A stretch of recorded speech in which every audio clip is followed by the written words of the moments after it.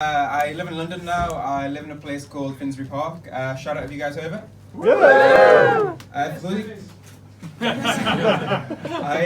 For those of you guys that haven't been to Finsbury Park, the best way I can describe it is 2 weeks ago I saw a pigeon with a joint in its mouth.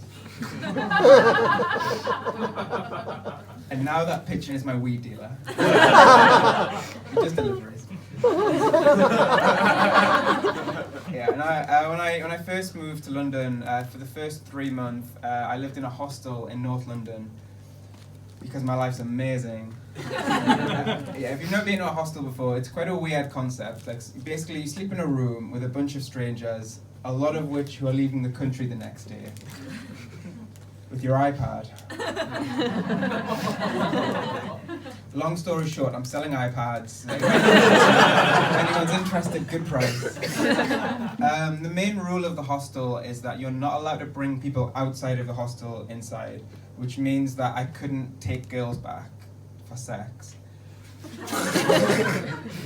Mainly because of my personality. I didn't even know about that rule till after I left the hostel. But probably my favourite thing about the hostel, so there's people from all different countries, all different cultures living together in harmony.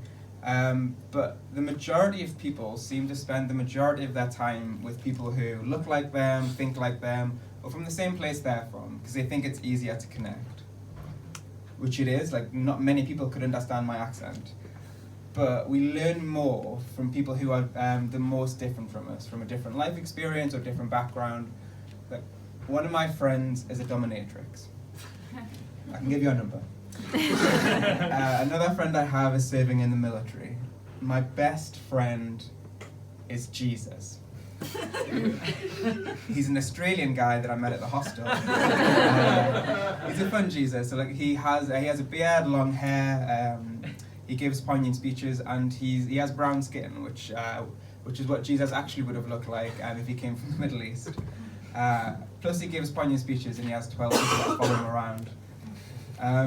But he's a fun Jesus. Like when I told my parents that I found Jesus in the hostel, they were so proud. They were so happy. They were like, "Oh my God, finally a positive influence!" And he is a positive influence. To do more LSD.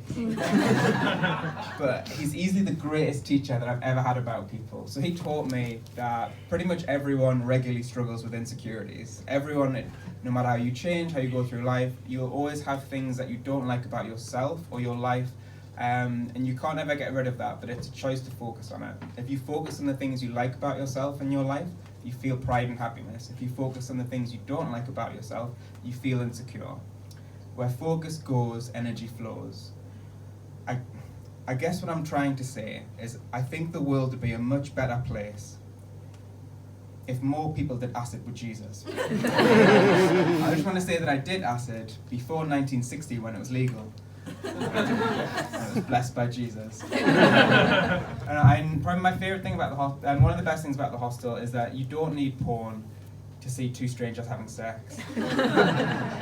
On the third night, there was a guy and girl having sex in the bunk bed across from me, and there was a guy in the room masturbating to it. I'm not proud of it. I'm not proud of it.